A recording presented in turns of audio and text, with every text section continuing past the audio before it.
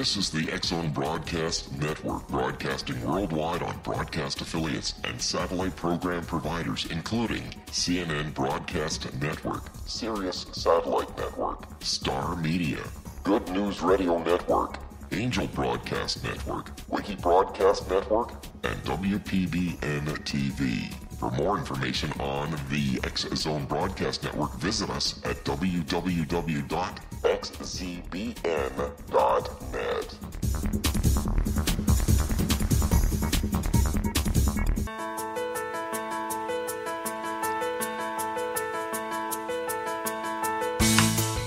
Welcome to Connecting with Coincidence. I am your host, Dr. Bernie Beitman, MD. I'm a psychiatrist in private practice and a faculty member at the University of Virginia. Each week, my guests and I talk about meaningful coincidences, synchronicity, and serendipity. We discuss synchronicity from its many perspectives, spiritually, practically, and statistically. Why? To increase your connection to coincidences so that you can benefit from coincidence awareness in your daily life. I have written a book also called Connecting with Coincidence. Put that phrase, Connecting with Coincidence, in your web browser to find my book, my Psychology Today blog, my website, and social media sites. If you want to know how sensitive you are to coincidences, please go to my website to take the Weird Coincidence Survey, Connecting with Coincidence. Our guest today is Tara MacIssac, a reporter and editor for the Beyond Science section of the Epoch Times. She explores research and accounts related to phenomena that challenge our current perspectives. Tara, welcome to the show. Thank you for having me. Oh, it's a pleasure. Tara and I have known each other for several years, and I've been always curious about asking her about how she happened to want to interview me. She came to Charlottesville when she was living in New York City and working for Epoch Times to interview me and several other people for the Division of Perceptual Studies, where we study reincarnation, near-death experiences, and other parapsychological phenomena. And Tara, in her writing about Beyond Science, things that challenge our current perspectives, became interested in synchronicity and coincidences and contacted me. How did that happen, Tara, and how did you decide to come visit? Well, I don't remember precisely how I came across an article from somebody interviewing somebody at Northwestern University, I believe, and it was about the science behind coincidences, and it mostly talked about probability. And I wanted to look into it further. So, in my writing, I like to focus on academic sources and studies. And so, there are certain ways to Google search, for academic papers on certain subjects. And I looked for those on coincidence. And some of your work came up. So I started to read through it, and I thought it was very interesting. And I was happy to interview you about it. And then, from there on, I really appreciated you always came to me and asked me what I thought about some of the coincidences and the work you were doing. And, from there on, that's just how it progressed. Oh, good. That's very logical. And since then, we've written a few things together for Psychology Today blogs and followed each other's work and try to help each other, trying to figure out what we're doing with all this weird science sort of things. And you've had some coincidences in your life that have been meaningful to you. And let's talk about one of them, and Falun Dafa. And before you tell us the coincidences about the book in Australia, would you tell our audience a little bit about Falun Dafa? Yeah, Falun Dafa is a meditation practice that I do. I've been doing it for several years, and it started in China although it's persecuted in China, and it has been for a long time, especially strongly starting in 1999. And so a lot of practitioners there were put in forced labor camps and just horrible stuff around that. But the practice itself is really beautiful. It's based on truthfulness, compassion, and tolerance. It involves slow meditative physical exercises like Tai Chi, sort of, and it also involves reading a book called Zhuan Falun, which teaches those three main principles: truthfulness, compassion, and tolerance. Beautiful. So you were interested and were in Australia. Tell us what happened. So I had done the practice a little bit. I heard about it from a friend, and when I was in university, there was a club, so I did the meditation a bit. But when I was in Australia, I was living there for a little bit, and I was just really starting to look for one spiritual path. I was doing a lot of spending time alone in the woods and sort of, spiritual seeking kind of thing there. And I thought of Falun Dafa again, and I really wanted to read the book because I never had before, and I just felt like that could be the path for me. And I settled in a small town called Denmark in Western Australia just because I was looking for a place with a decent surf spot, and it had kind of a cute feel. It's a town of about 2,000 people. And I ended up getting a job at a pizza shop there. This man, Tim, and his wife, Tracy, they kind of took me in. They gave me a place to stay and everything, too, and a job at their shop.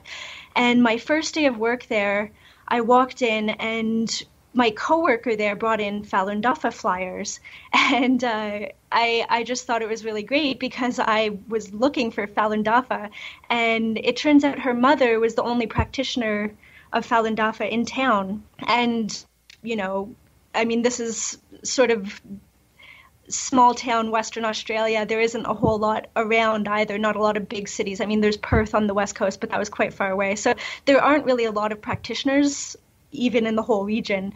So the coincidence really struck me.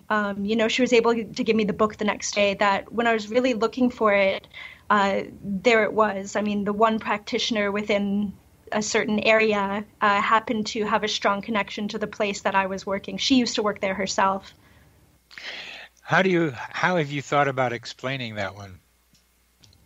I guess as somebody who is spiritual and who believes that there is more than just, sort of the materialist perspective, I believe because I wanted to find it that I was helped to find it, you could say. What about the idea of human GPS, that the part of the help involved you helping yourself?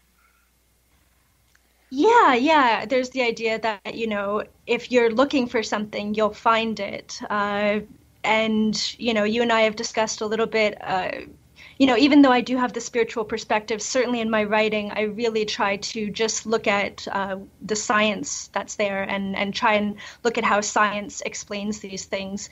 And, you and I have talked a little bit about this human GPS capability, where it kind of seems like people are able to find things using some sixth sense, and that doesn't necessarily have to be something woo-woo. It could really be, different receptors in our brain that we haven't discovered yet, different kinds of information that we're able to pick up on that we just haven't come to understand yet.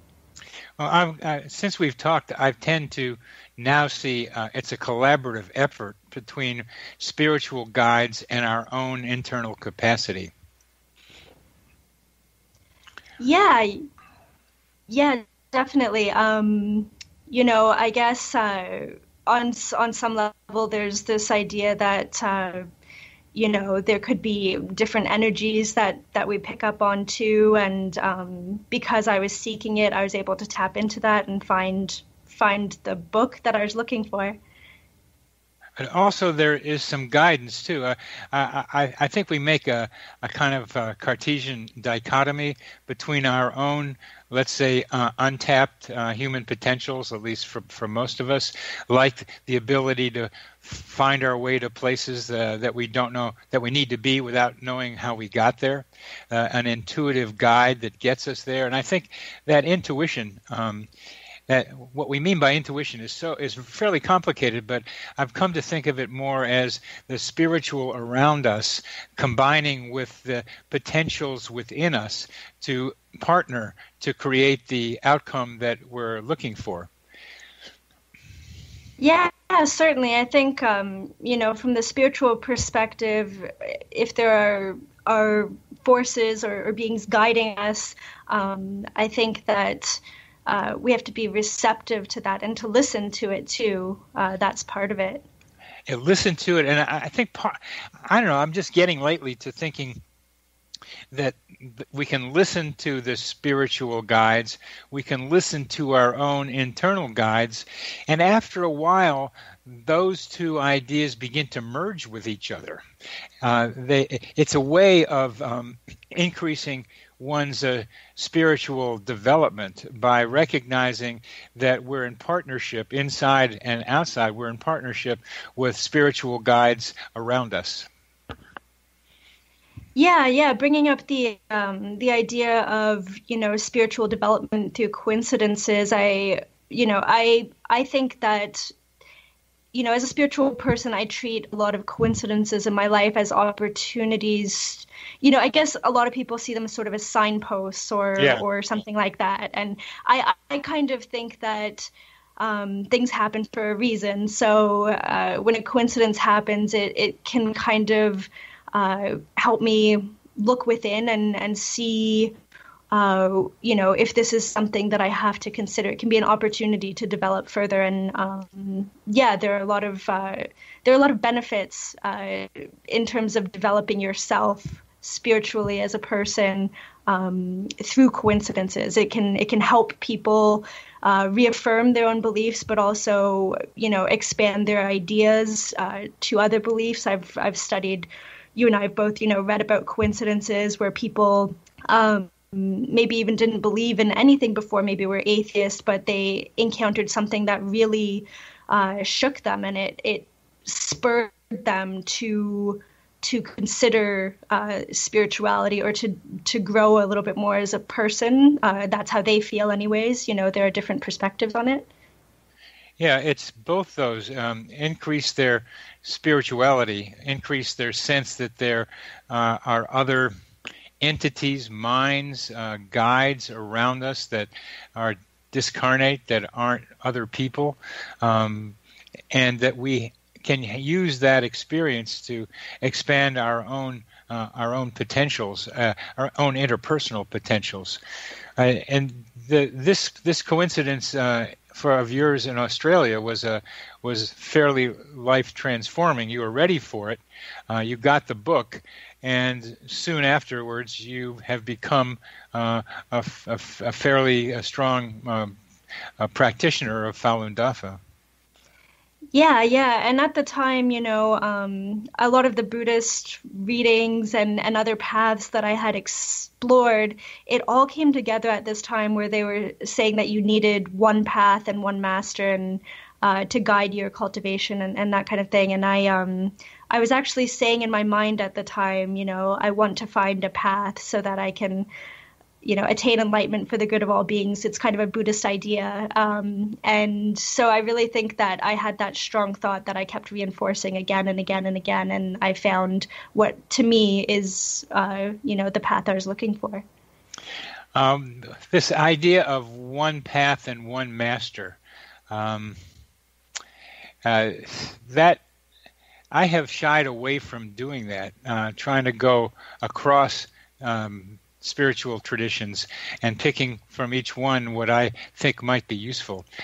Coincidences span like that. But we'll continue this discussion in our next segment. Our guest today is reporter Tara MacIssac and good friend, and we'll be back after a very short break.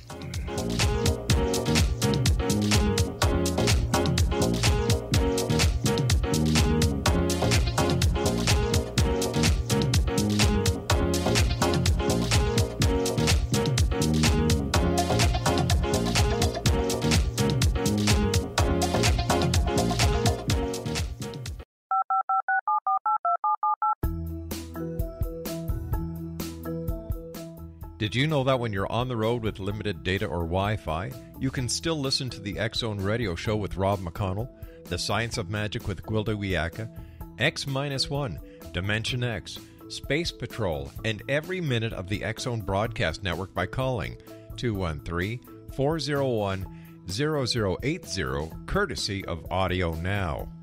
No smartphone, app, or internet needed. It saves your data plan, and it's free if you have unlimited minutes. Call 213-401-0080 to listen on any phone, anytime, anywhere. Remember, 213-401-0080 for the best of the paranormal, parapsychology, and sci-fi radio programming anywhere, 24/7, 365.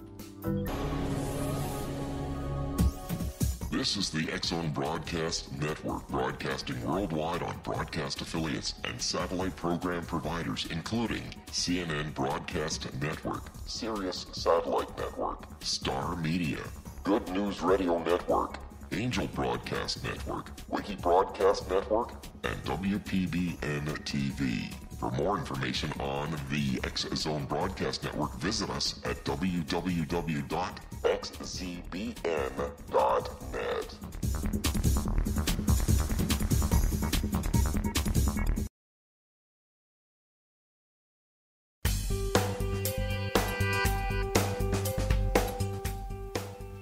Welcome back to Connecting with Coincidences, CC with BB. I'm your host, Dr. Bernie Beitman, MD, and our guest today is reporter Tara MacIssac from Epoch Times, talking about some of her coincidences and her studies of coincidences.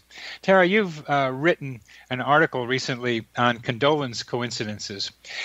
They have struck me as a very firm, defined category of coincidences reported through many different cultures over much time, and they refer to how when someone dies, in some way, a representation, a symbol of that person appears in the grieving person's surroundings and acts as condolences, acts as support, acts as reassurance that things aren't as bad as they feel. They help the grief-stricken person. Could you tell us about that article and some of the stories you ran across? Sure. The example that stood out to me most was this. This woman, Jennifer Hill, she wrote her PhD thesis on condolence coincidences, and she had a personal one that sort of started her on that path of research. And basically, when she was a little girl, she was with her grandmother, and they were returning from her grandfather's funeral. And as they were entering her grandmother's house, they saw a gardenia flower blooming beside the door, and it was November. It was definitely not the time for this flower to be blooming. And gardenias are her grandmother's favorite flower. And her grandmother hadn't really allowed her grief to come out in tears anyways up to that point. But when she saw it, she felt like it was a sign from her husband who had passed away. It was a symbol of their marriage, their 40-year marriage. And she was able to let her grief out and to heal through that. And Jennifer Hill, who wrote about this in her thesis, she reviewed a lot of the literature. There have been some studies done on, people who have been grieving and experienced these kinds of coincidences and the impact it's had on them. And one thing I liked about Jennifer Hill's paper, she looked at the meaningfulness to the people who experience these coincidences. It's not, it's not all about proving that somebody from the afterlife sent a message, although that's the question that kind of, is in the background tantalizing us. What's behind this? Is it really somebody sending you a message? But the fact is that it really can help people heal. When they see those things, they feel connected to the person who's passed. They feel often a sense of peace and love. And it has spurred the spiritual development we've talked a little bit about, where For some people, it confirms to them that there is an afterlife, or that there is some benevolent, intelligence trying to give them some comfort, because these coincidences just don't seem to follow the normal rationale of life, like a flower blooming in November when it shouldn't be at precisely the time that somebody needs to see it to help them. Yeah, very good. Very good. You've also noticed that birds play a role in condolence coincidences. Tell us what you've seen there. Yeah. Well, I had looked through a list that you had compiled, over the years. You could collect some coincidence stories. And then I also read this PhD thesis, and I saw some examples in other places as I was doing my research, and it just struck me that almost all of them were about birds. Obviously, that flower one is not. They're not all about birds, but a lot of them had to do with, for example, this one woman, after her husband died, she was closing up her house for the last time, the family home, and a bird flew in and flew up to the bedroom. And for her, it was a sign that her husband was, saying goodbye at that moment, telling her to, go on with her life. The birds. For example, there was the Orlando nightclub shooting. Yeah. And then there were 49 birds exactly appearing overhead when they were giving a service for the 49 victims. And that coincidence really struck people. And again, it's about the meaning that it has for people. A lot of people reported after seeing that they felt healed, that it gave them comfort as they were mourning the victims. And so anyways, I just was struck about the birds. So it kind of made me think, is that a coincidence that it's all these bird coincidences? Is there something behind it? Do birds have some special place in this phenomenon? Yeah, Alfred Hitchcock had a movie called The Birds, where the birds were malevolent, attacking people in a horde or in a group. But here it's sometimes movies tend to take the positive and switch them into negative, just almost emphasizes that there is still some coordination around. And in this case, with the 49 birds and the 49 deaths at the Orlando nightclub, it makes you wonder how that happens. As you say, it ends up being what it means. Even statisticians, some of them, like David Hand, will say, well, it's still probability. You can explain it statistically. That is a very low probability event, 49 and 49, right when the service is going on to memorialize the dead. That's a very low probability. But he even says, well, you got to do meaning sometimes. But how do you talk about a little bit how probability and explanation work on that story?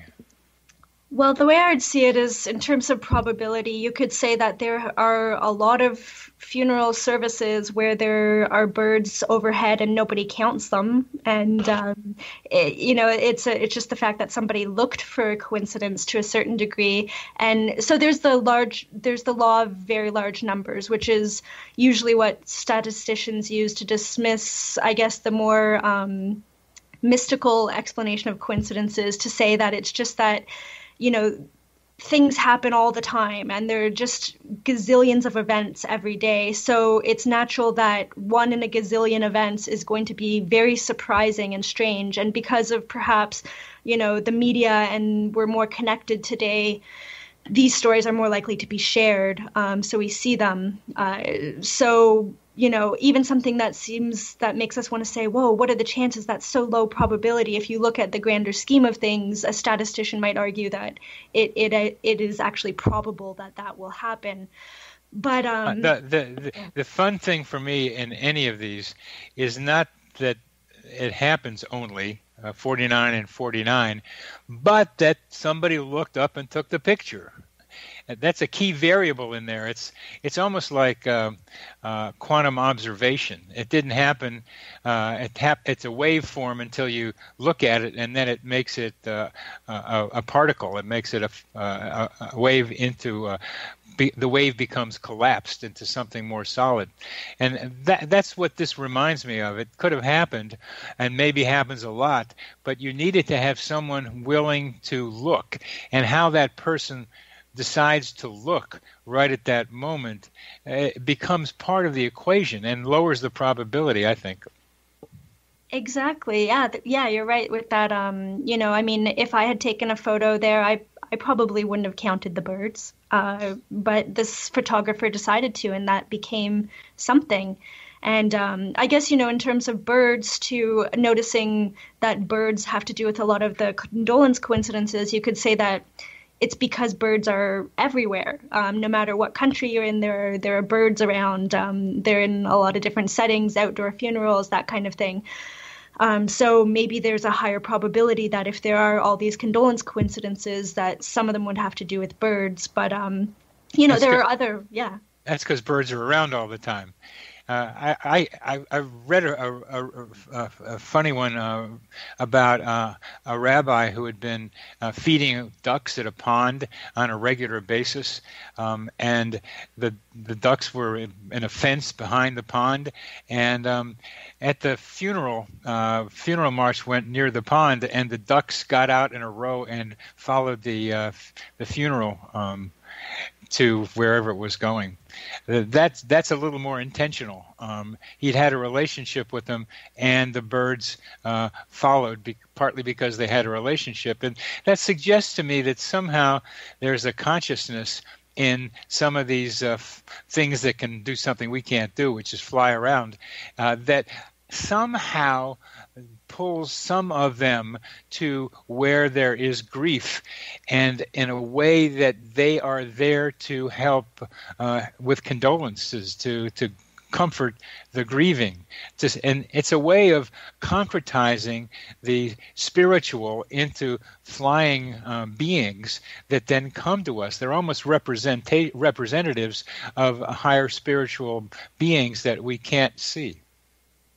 Yeah, there's also the idea, with homing pigeons and migratory birds, the mechanism isn't fully understood, how they it's partly understood how they navigate. It's not entirely understood how they, map locations really in their minds. And part of that has to do, as far as scientists know so far, it's still a bit mysterious, that with, for example, in homing pigeons, some iron particles in their beaks that help them align with the magnetic field of the Earth. And, if there is some sort of energy on a physical level that we don't fully understand yet, that we're connected to, that we're receiving, it could be that these birds are more sensitive to it and they tap into it. With the duck story, there was a similar story about elephants that I read before, where these elephants that had a strong connection with a man who died came to mourn him, and it seemed as though from far away they knew that he had died, and they came and just stayed by his house, and it was very uncharacteristic, very unusual. So it could be that animals are able to pick up on these things too, and they just maybe are a bit more open to following their intuitions because they don't have the complex thoughts that we do about, oh, that's not rational, I'm not going to go to somebody's house just because I feel I should go there, or something like that. And the duck story actually was, I think, low probability because of the details too. Those ducks, I know the story you're talking about, those ducks had never left this enclosure before. They were always happy to stay within this area. And the widow, she didn't know how they got out of the fence because it was a fenced-in area. So it wasn't just that the ducks were there at that specific time. They had, in 30 years, they had never left their enclosure. So sometimes when you dig down into the details too, and all of the different elements that come together, the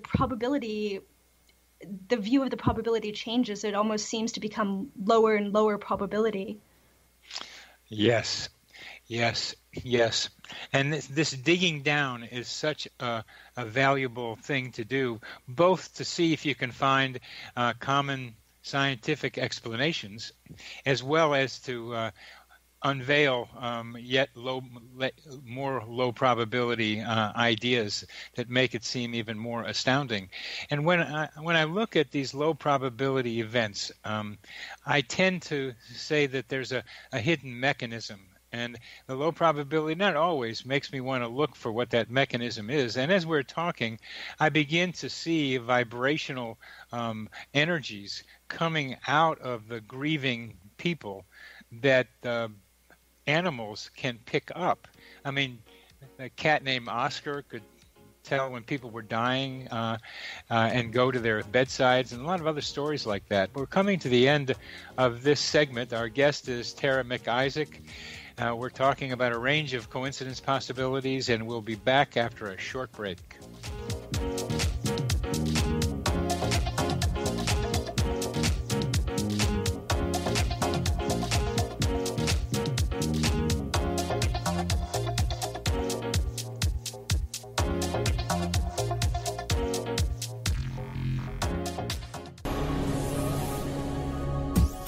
This is the X-Zone Broadcast Network, broadcasting worldwide on broadcast affiliates and satellite program providers, including CNN Broadcast Network, Sirius Satellite Network, Star Media, Good News Radio Network, Angel Broadcast Network, Wiki Broadcast Network, and WPBN TV. For more information on the X-Zone Broadcast Network, visit us at www.xzbn.net.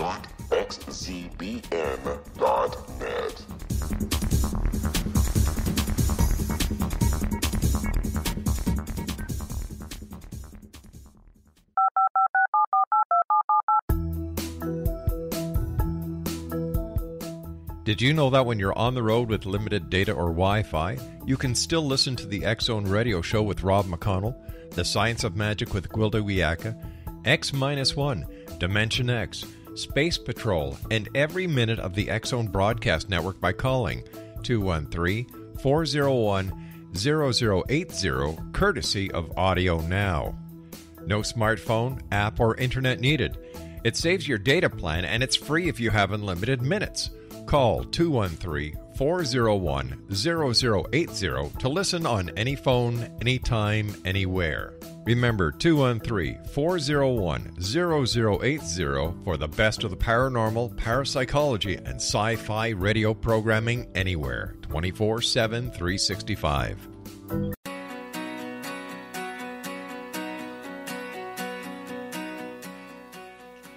Welcome back to CC with BB, Connecting with Coincidence. I'm your host, Dr. Bernie Beitman, MD. Our guest is a reporter and friend of mine, Tara MacIssac. We even have talked about doing a book together, and who knows if that will happen. So I will now present Tara with a coincidence of mine that made me think I was living in the Matrix. I like to go to Five Rhythms dance, and I go maybe 3 or 4 times a week. Five Rhythms was invented by Gabriel Roth, a New York dancer who showed us ways in which we could dance rather than simply sit. It's a kind of a meditation in motion that gets you into your body, and the key things are your feet and the rhythm. And the idea behind it is to be able to become the music, and you lose your sense of self. That same idea of a lot of meditative and spiritual paths is the ego disappears and you become part of what's going on. And the music tends to be something I tune into more and more, so I know what's coming. And I love when other people are doing that, and I can dance with other people who are doing it. It kind of seems to get me tuned in to the rhythms and the music happening in regular everyday life, where I think there are lots of rhythms that we can tune into through our intuition, through our bodies, through our emotion, through who knows what to call it. And those rhythms help us decide where to go and what to do. So this last Tuesday, I got out of my car to go get a parking sticker from the meter. You have to put a credit card in to get your time. And as I was about to put my card in, a woman said, "Hey, look, there is a sticker here that will allow you to stay until 8 o'clock." And it was about 6:30, and I was planning to stay till about 8:30 but it said about 8:06 is when the thing ran out. So what would somebody have done? Have purchased one of these parking stickers for an hour and a half and then just left it there? That's kind of strange, but I didn't think about it. I said, no, I'm going to go for 2 hours. I don't need that. So I spent my $6 on the parking meter and put my sticker on my dashboard and went in. And didn't think about it any. But then it got to be about close to time for dance to end. And usually they have a meeting afterwards, hold hands and talk about stuff. It's really beautiful. But I felt the urge to leave. I just felt an urge to leave. I needed to go shopping for doing some Thanksgiving cooking. But I just felt a strong urge to leave. And I got to my car and looked at my watch, my clock on my car, and it was 8:04. It was 2 minutes before that sticker, that free sticker would have worked for me. I wondered about that. Here I got a hint that told me that I was going to stay there for this particular amount of time, or at least I could be staying for that amount of time, and I probably would, but I didn't think so. I rationally overrode it, but intuitively I came out right about the time that the parking sticker time ran out. So I started thinking about that a little bit more, and that maybe when I was at dance, my intuition told me to go to my car so that I could prove to myself that the sticker was the free sticker was the one that I should have taken. So in a way to confirm a kind of low probability event. But so you have to look at what the details are that and your own intentions, because I like seeing coincidences that maybe I created it. But then I thought again, it was really the right time for me to leave. I needed to go shopping. That somehow that free parking sticker was telling me it knew, and I may as well take the hint. So here was something coming out of what I would call the matrix, out of someplace, a hint, almost like an Easter egg hunt, looking for something in the forest and looking for clues. Here was a clue about something, and I didn't take it. How many clues don't we take? Lots of them. What do you think of this one, Tara? Yeah, I like the way that you thought of it. As you were explaining it, I was kind of thinking too, when you saw that the time on that free sticker, it could have seeped into your, subconscious or your unconscious mind. And then it just kind of made you think, okay, I'm going to leave now for whatever reason. It could be to almost create a coincidence that would, tailored to this enjoyment that you get from seeing coincidences, or I don't know. It if you do take it as a sign that was the amount of time you should have stayed there. I think that we have these things a lot in life where it seems like things are going away you don't want. You have some circumstance where you have to leave work early and you're kind of annoyed about it or something, and then it actually ends up being for the better because you needed to actually get something done, and everything works out in the long run anyways. So yeah, it's kind of hard to say with a situation like that. It could be that it did seep into your subconscious, and you kind of on some level just decided at that time, oh, I should go. But it could have been a sign to, maybe in the future when you see something like that, you'll think, is that a good time to leave? Maybe that is a good time. Hey, you're right. That is a good time. I'll take that sticker, Yeah, and it's not just the sticker. I keep it in my car now just to remind me of it.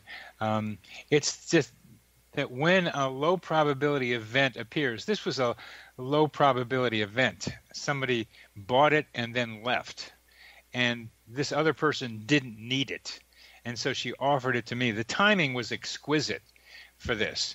The other person had seen it, didn't want it, and was offering it to me right when I was going to to purchase my own. It's a very low probability set of sequences. Again, statisticians aside. And what it taught me and teaches me as we're talking about it is that I will again experience low probability events, and they will walk by me. They will be there with me, and I need to be able to know when to grab them and when not to. I think sometimes grabbing these low probability events may cause trouble too. So how do you know when to do it? And you have to make the decision in the instant.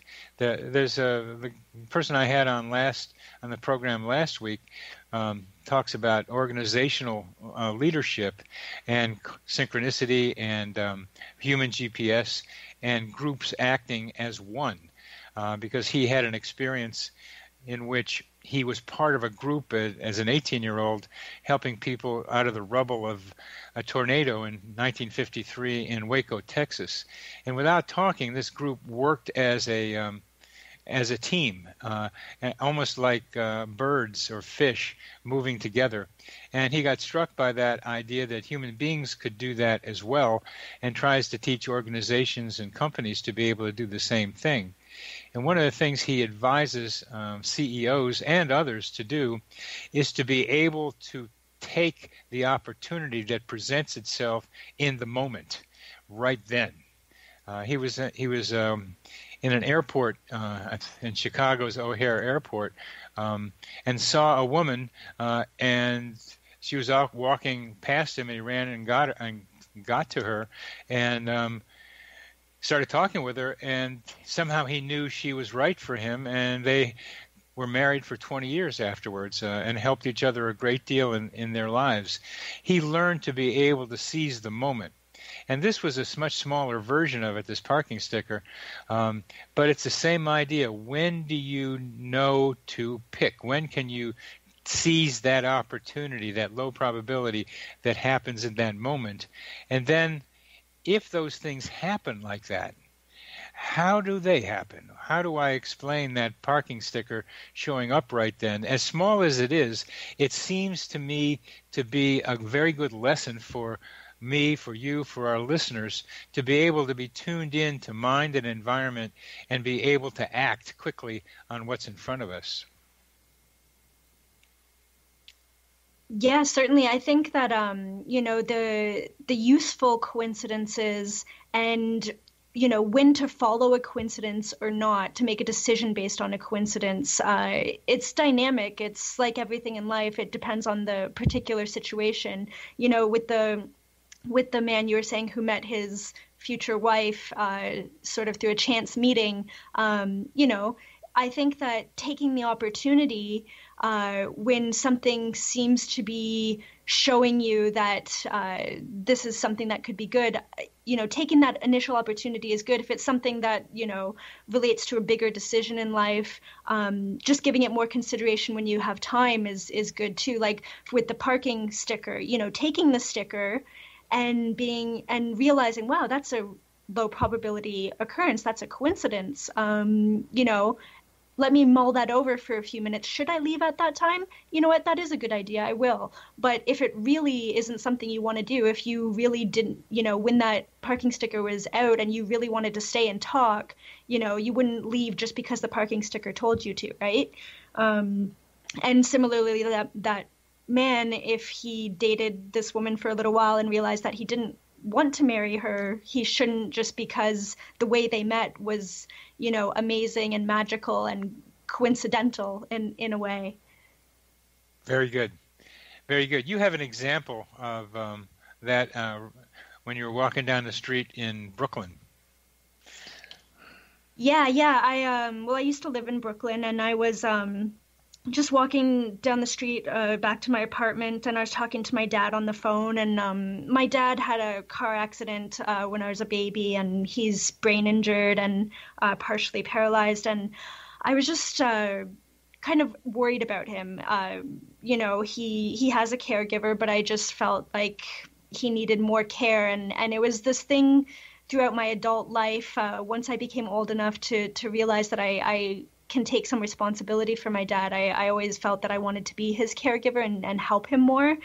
But I was, in my 20s, and I wasn't sure if I was ready to make that commitment because I would have to move back to Canada, and you know, it's a big commitment to make for the rest of his life.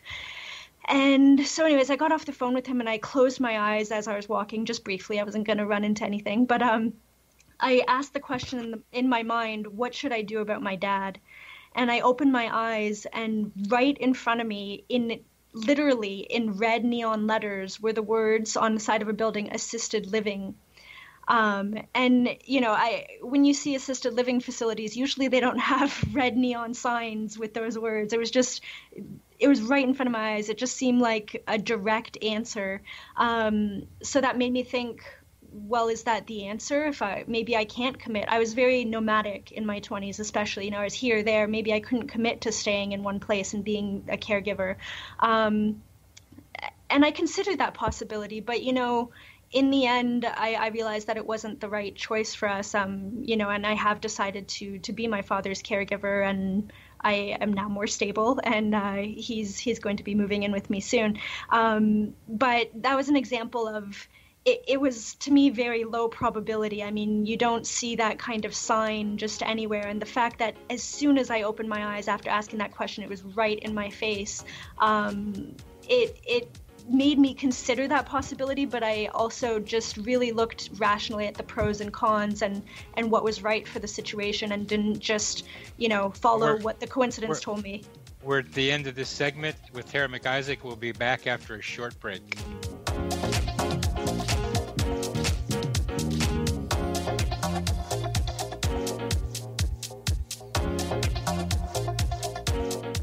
The Earth is under ever-increasing pressure from untenable lifestyles and growing populations. Yet, viable answers seem in short supply. What if I told you there's an ancient form that can empower you to take charge of your life?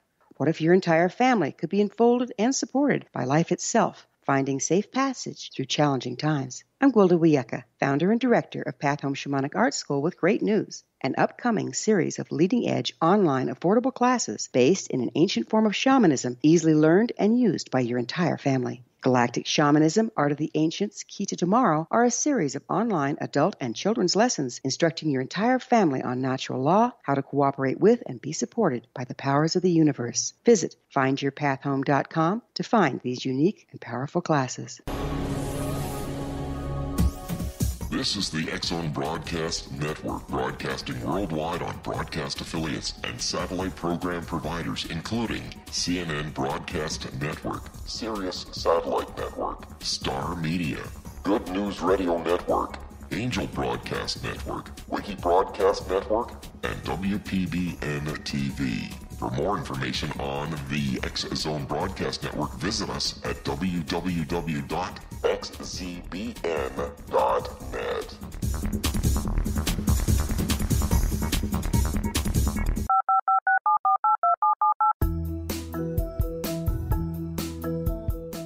Did you know that when you're on the road with limited data or Wi-Fi, you can still listen to the X-Zone Radio Show with Rob McConnell, The Science of Magic with Gwilda Wiyaka, X-1, Dimension X, Space Patrol, and every minute of the X-Zone Broadcast Network by calling 213-401-0080, courtesy of Audio Now.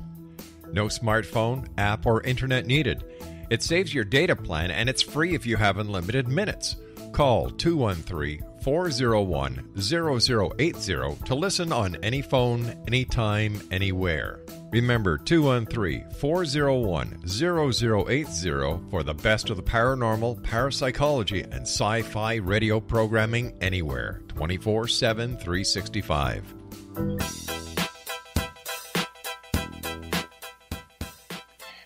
Welcome back to CC with BB, Connecting with Coincidence with Dr. Bernie Beitman, MD.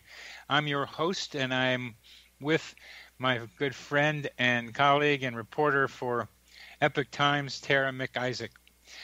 Tara, there's a bunch of things that we've gone through in our discussions, talking about how to categorize coincidences, how to explain them, and how to use them as part of an effort to develop a discipline called coincidence studies. And I keep working on this idea and have gotten more now into looking at coincidence awareness as a path towards spiritual development, which can be part of any spiritual guideline or way. And that's where staying with one master and one method is something that I've tended not to do.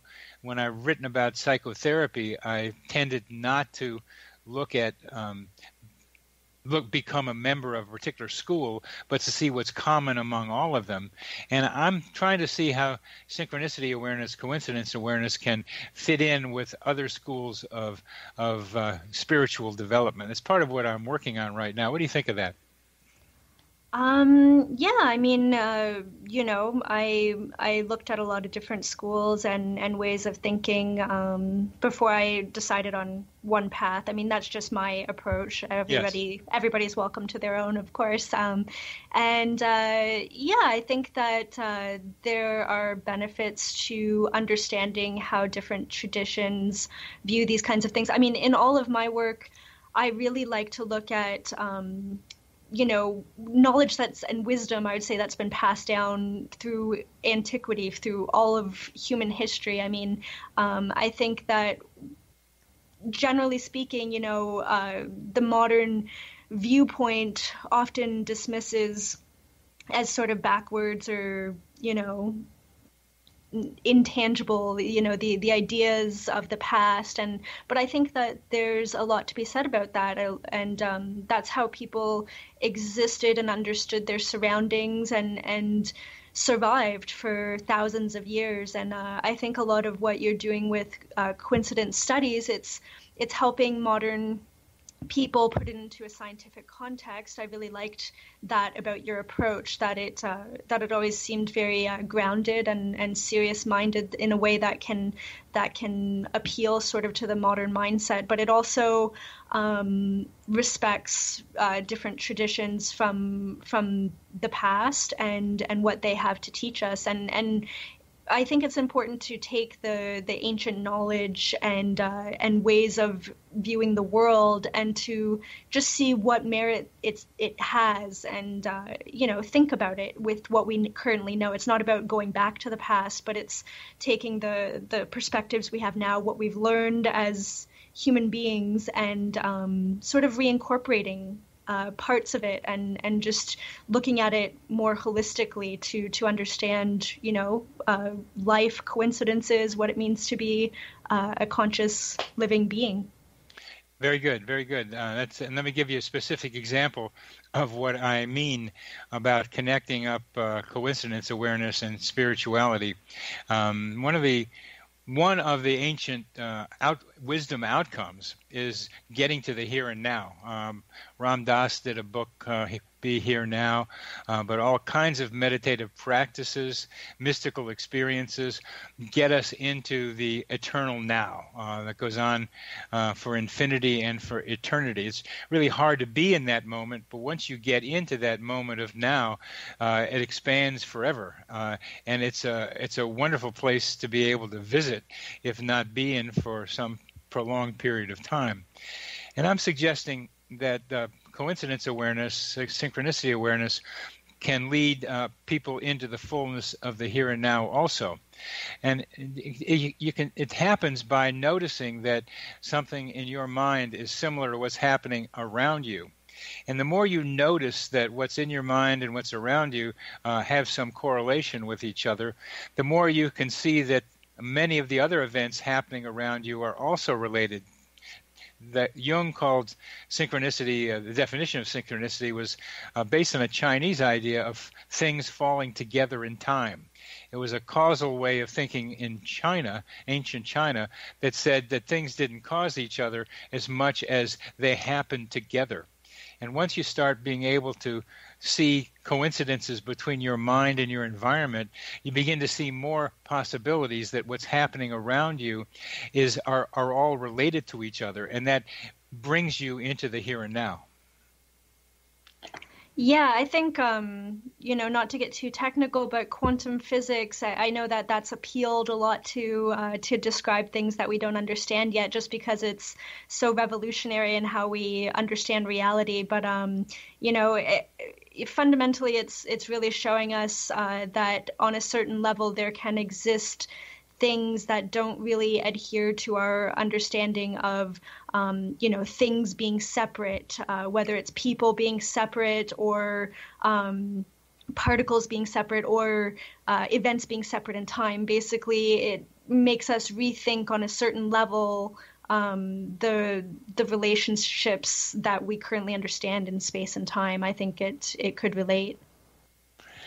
Yeah, I'm trying to see how events falling together in time might relate to the quantum physics ideas about time and space being much more flexible than we think it is. Yeah, I guess. The idea is, in my understanding, anyways, at a very microscopic level, where there are, there are these waves. For example, there's this idea of human consciousness or the mind, that it's actually sort of, to simplify it, these waves. So it's not that there are separate neuron particles and they're communicating with each other through these pulses, but rather that there's this wave that simultaneously connects different parts of your thoughts and your brain into a cohesive consciousness. So I guess what I'm trying to say is that, it's at a certain level, there's it's a simultaneous connection. Does that make sense? Yes. A simultaneous connection. Simultaneous connection of these waveforms that create your thought patterns. And I'm trying to say, even thinking back about elephants and ducks, that these waveforms are not only around my mind, these coherent waveforms, but they're also emanating from or part of or related to waveforms that are around us that other beings can pick up. Yes, exactly. One of the theorists that I've been looking at, he's from the Netherlands. I think his name is pronounced Dirk Meyer. But he talks about our brain having receptors that we obviously don't quite understand yet, although we're getting there, that can pick up on wave information. That's not only your personal thoughts are represented as waves, but you pick up on wave information from different frequencies in the universe, in the world, and he thinks of a sort of a world consciousness in that sense. Like you do have your own contained field sort of these waves, but they interact with waves from outside of you, and that's how we pick up on information that we don't we can't really explain how we know it, that kind of thing. You're talking about telepathy, for example. Yeah, it can explain a lot of those kinds of things. Obviously, this is theoretical quantum physics, but it's interesting to look at these ideas and to explore them further as we continue to, grasp these things more. Well, that's very consistent with my psychosphere ideas. I don't know that you've told me about this guy. You told me about the Russian researcher, but I don't know if you sent me something about him. So you can please do that, because the receptors and waveforms are fundamental to the way I see all this. I see our ability to pick up telepathic information, pick up clairvoyant, human GPS. These are based on wave receptor concepts. I look at the psychosphere as having something to do with our mental atmosphere, or being our mental atmosphere. And in this mental atmosphere, we exchange information in some ways, and that there are not only waveforms that we exchange information through, but there are condensations of waveforms in the psychosphere, in our mental atmosphere, located below the ionosphere and the Earth's crust. And in these condensations are some entities that are helping to guide us in our lives. Yeah, I think that a couple of different, quantum ideas that I've researched, one being from Dirk Meyer, and then a more famous one that's been around for a long time by Sir Roger Penrose, who's a famed physicist. Penrose talks more about the receptors, and then Dirkmeyer talks more about the waveforms. They both talk about both aspects, but what you're saying really corresponds to what's being said by some physicists that I've studied and others. Good. I'll have to get that Dirkmeyer reference from you if you haven't said it to me. The idea that we're in an ethereal pool, that we're in kind of an ocean that has lots of waves in it. People know that we are more and more that we're all interconnected, but the question is not whether we're all interconnected. We are. The question is, how are we interconnected? How does it happen that we connect with each other at a distance or even in person? And these are part of the science of the future that I know you've been looking at for a long time in various ways. And we're coming to the end, Tara. It's been a beautiful discussion with you. Thank you very much for being on my show. Thank you again for having me.